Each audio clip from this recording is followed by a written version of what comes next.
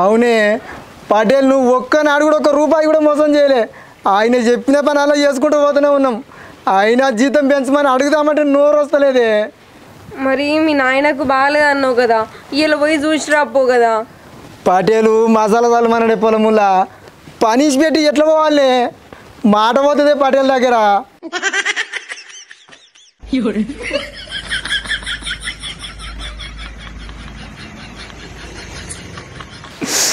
మసాలా కలిపోయే తట్టలా చల్తా.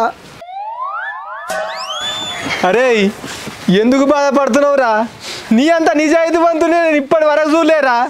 ఎందుకురా? నీకు కష్టం వస్తే నేను లేనారా? నన్ను అడుగురా, నీకు జీతం సరిపోకపోతే.